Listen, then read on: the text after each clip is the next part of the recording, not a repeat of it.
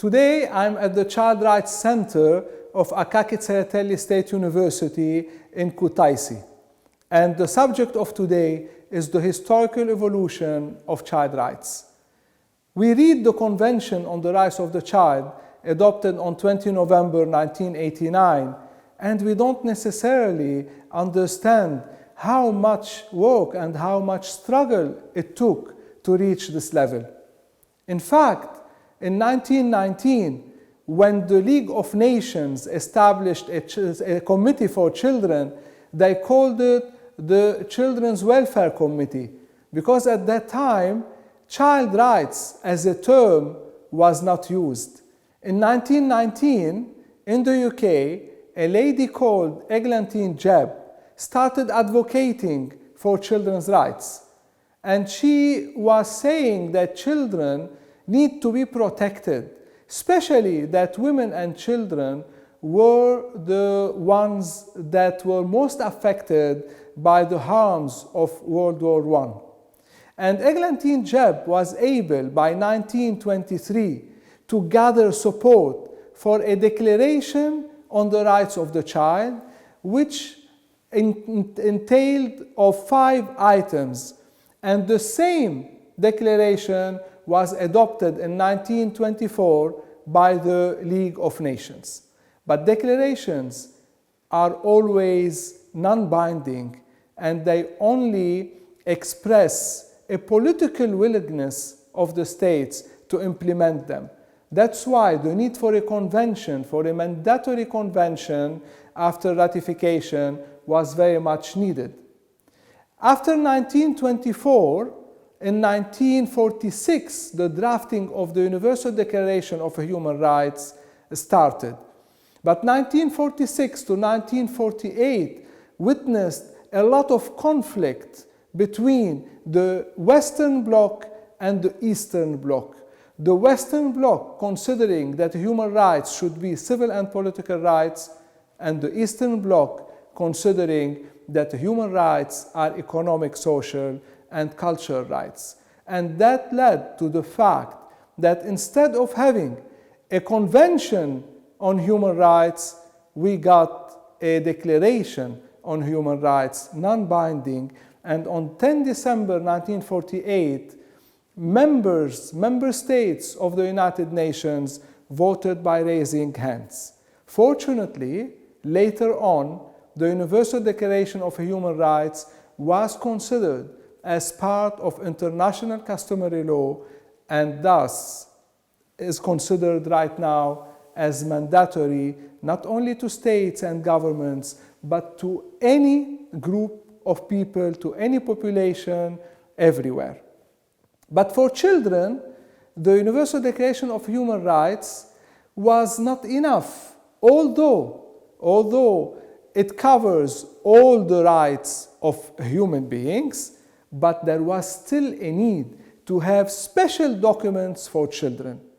We should not forget that the Universal Declaration of Human Rights considered that women and children have the right to special care and special assistance during emergencies.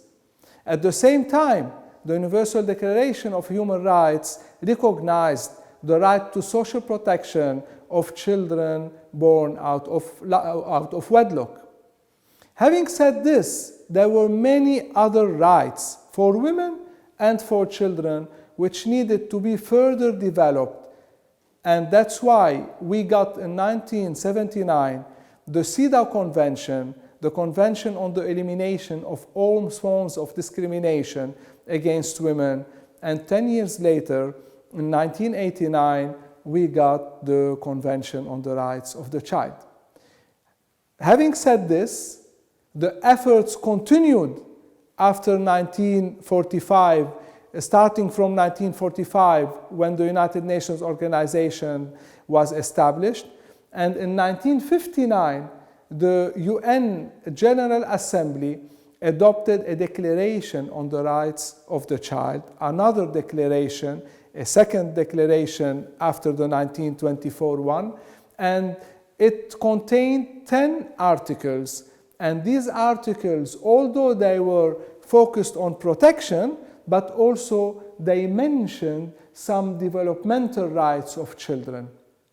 And the slogan of the 1959 Declaration was, mankind should give to children the best it has. It is also worth mentioning that the 1959 Declaration on the Rights of the Child was adopted on 20 November. And the UN Convention on the Rights of the Child of 1989 was also adopted on 20 November, which has become the International Children's Day. Between 1959 and 1989, there was a year which was very important for children. That was 1979. Because Poland suggested in 1976 to have a year dedicated for children and for child rights. And the UN General Assembly decided to have 1979. And since 1979, the culture of child-centered statistics and national reports on the situation of children started.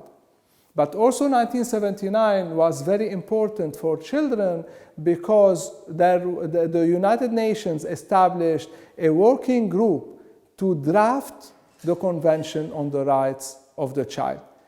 And from 1979 to 1989, 10 years of drafting, which were characterized mainly by the participation of NGOs, of religious denominations, of children themselves, and young people. That's why one of the drafters of the convention said, when you read the Convention on the Rights of the Child, the CRC, you can hear the voices of children. Because there was a high level of participation from all stakeholders and children themselves in the drafting of the convention. And by adopting the convention by the United Nations General Assembly, children have been recognized as a person of international law. Because before the CEDAW as well, women were not having the full recognition in international law as a social category which deserves having a special treaty. And children, the same. Their protection was considered, provided through the family. And even in many instances, they used to say that when the family is fine, the child is fine. But when the concept of the best interest of the child emerged, then we started thinking that there are instances when the family may not be respecting the best interest of the child.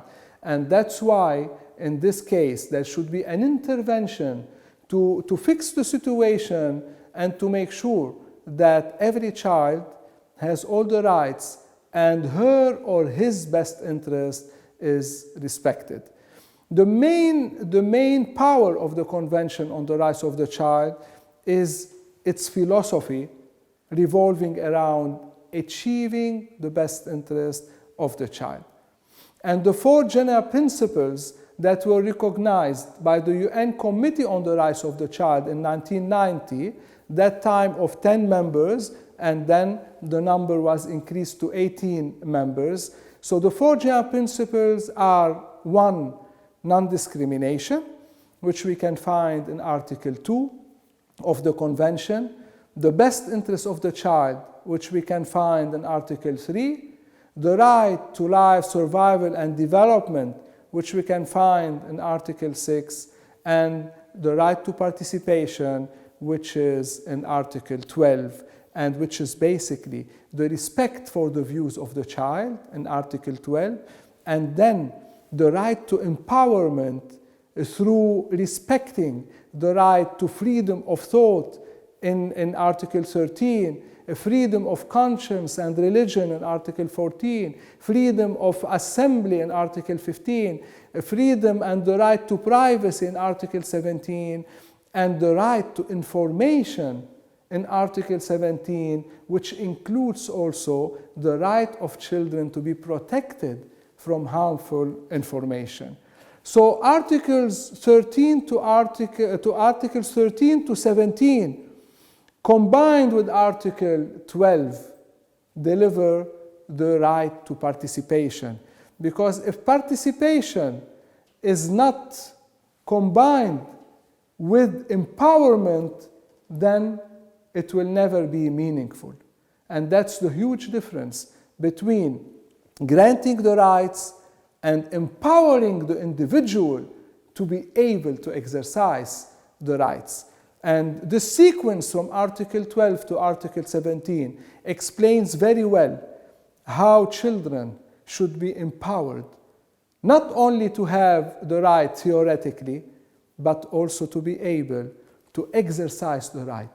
And this is how the language of rights turn out from being a literature to becoming a practical tool to implement children's rights at legal level, but at social level as well. And this is the strength of legislations in every country where they adopt the general principles of the UN Convention on the Rights of the Child.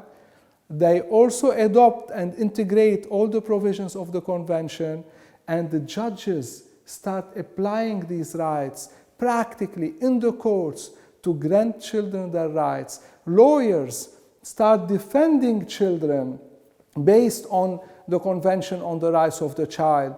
Social workers prepare their social inquiry reports with a child rights-based approach.